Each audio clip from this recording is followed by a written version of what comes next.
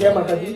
श्री कालिका माता जी मंदिर ट्रस्ट पावागढ़ द्वारा सूचित किया जाता है संपूर्ण भारतवर्ष के अंदर मंगलवार पूर्णिमा के दिन चंद्र ग्रहण लगने जा रहा है, तो मंदिर का समय में फेरफार किया गया है।